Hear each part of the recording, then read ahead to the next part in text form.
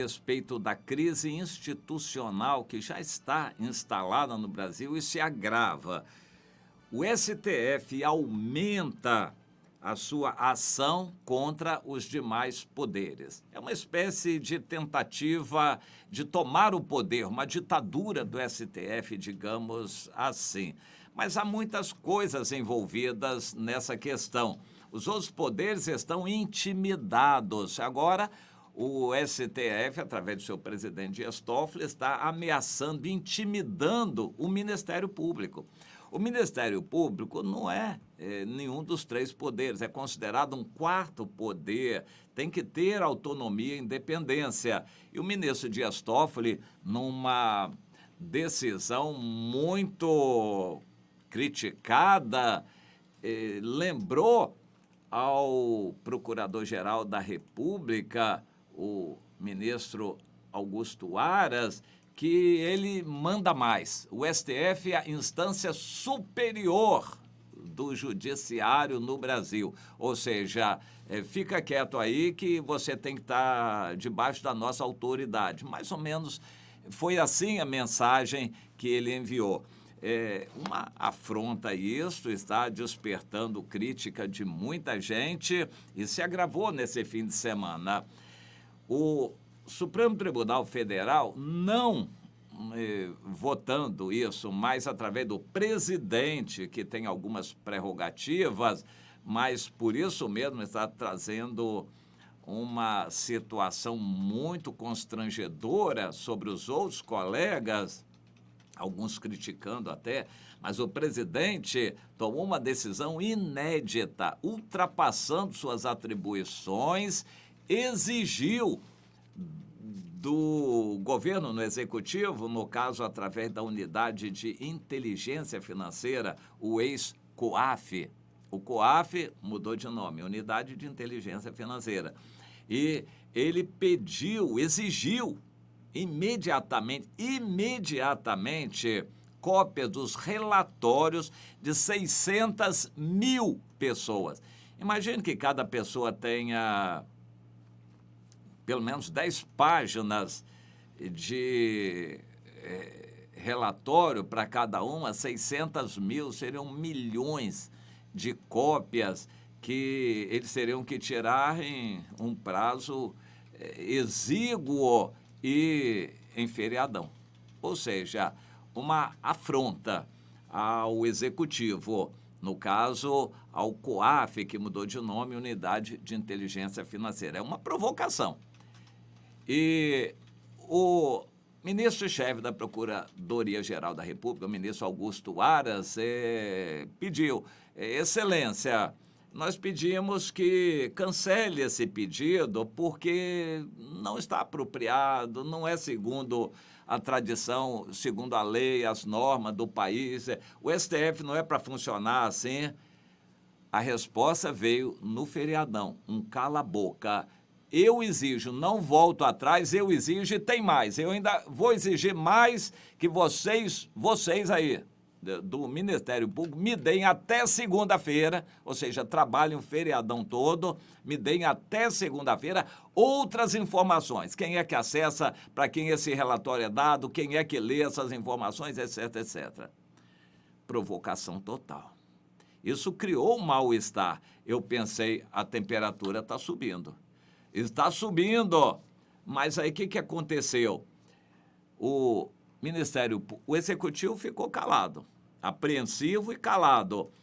O Ministério Público, que foi atingido diretamente através do Procurador-Geral, abaixou o tom e tentou uma conciliação, mas tudo pegou mal.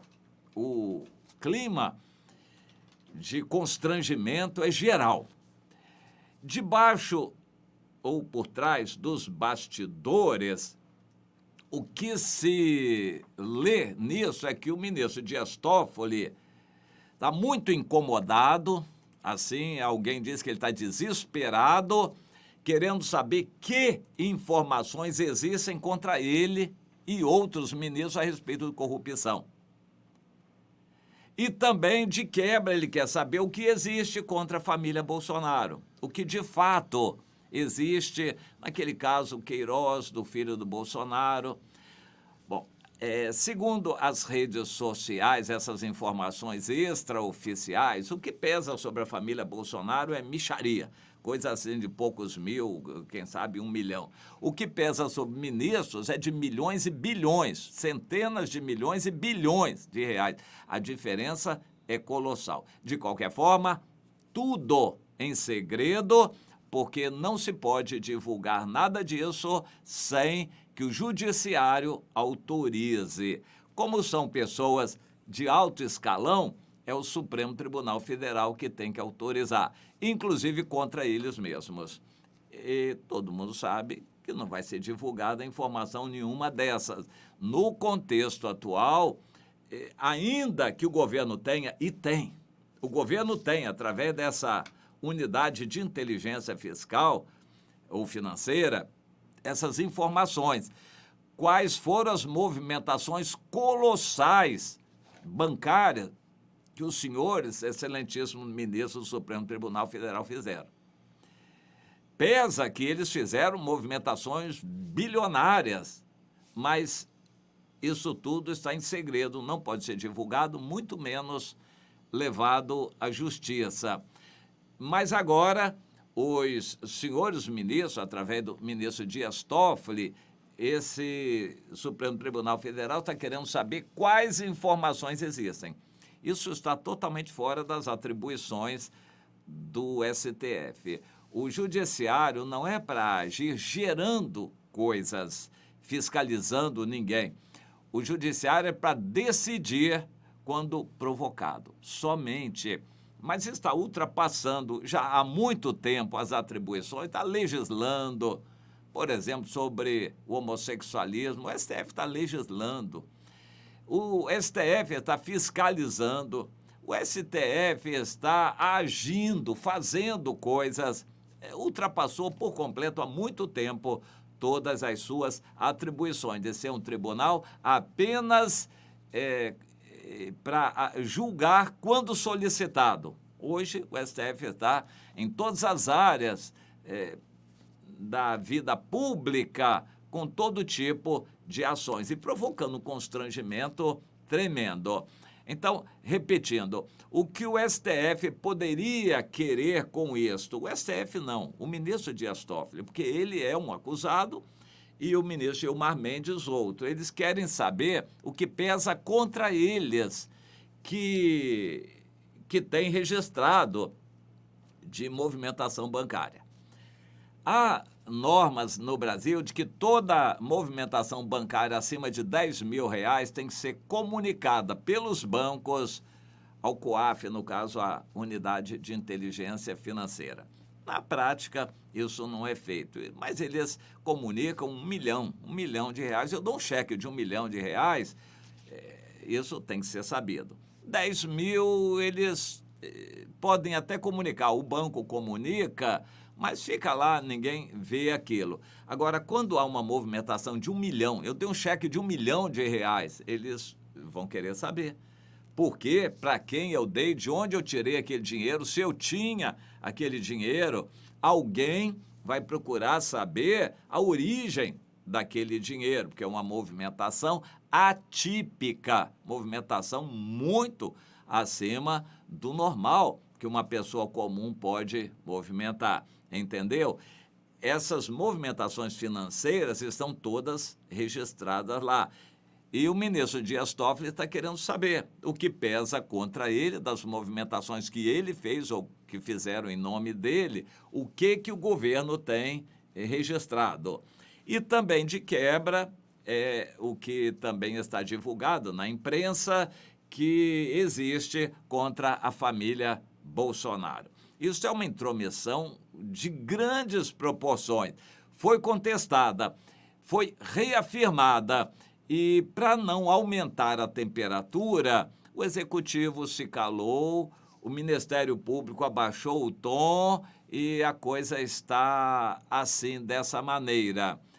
Há uma crise institucional completamente instalada no país.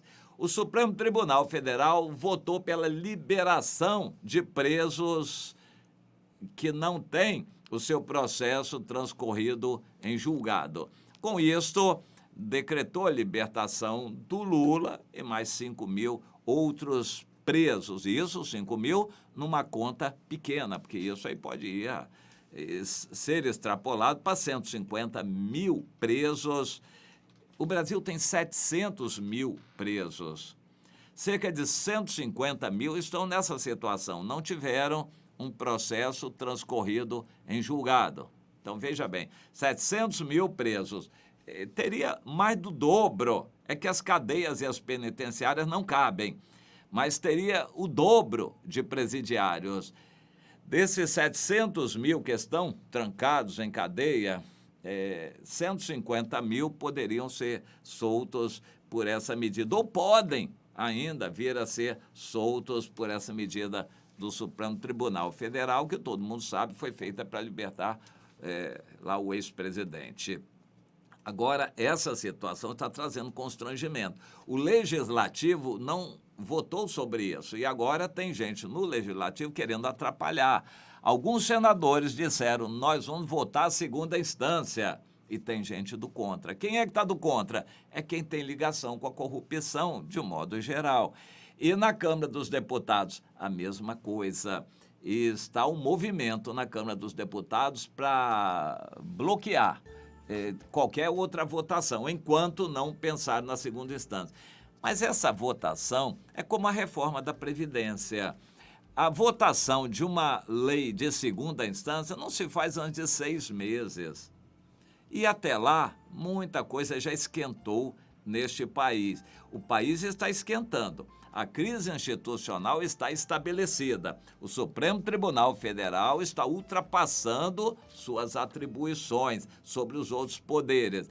Há uma insatisfação, um constrangimento muito grande. Bem, a nossa leitura disso é o seguinte, está tudo caminhando para esquentar mais ainda, não há nenhum movimento de esfriamento. O país está se complicando. O país está tendo a situação política agravada. Situação econômica não é essas maravilhas, tem um clima de otimismo aí no final de ano, mas não está essas 1000 maravilhas. E a profecia de Deus é que vamos deslanchar para uma guerra civil. Essa é a profecia que Deus nos dá. E a coisa vai esquentando em todo lugar. O povo de Deus tem que estar alerta, despertado, orando, buscando o Senhor, consagrando a sua vida ao Senhor. É assim que Deus nos quer. Tudo que está acontecendo está previsto no pensamento de Deus, este agravamento da situação do país para despertar o povo de Deus à oração. Deus nos quer na presença dele em oração. Mas, por enquanto, o povo de Deus ainda está brincando, distraído, passeando, festejando, comprando, se deliciando por aí com as coisas do mundo. Nós estamos um pouco distantes ainda de um povo de Deus de joelhos, orando e chorando na presença de Deus. Portanto, mais coisas vão ter que acontecer neste país para que o povo de Deus se volte para a consagração a Deus, para buscar o Senhor de todo o coração. Olá, meus irmãos. Aqui é o João Pedro, de Santa Cruz da Serra. Eu estou ouvindo o pastor Érico. Quero dizer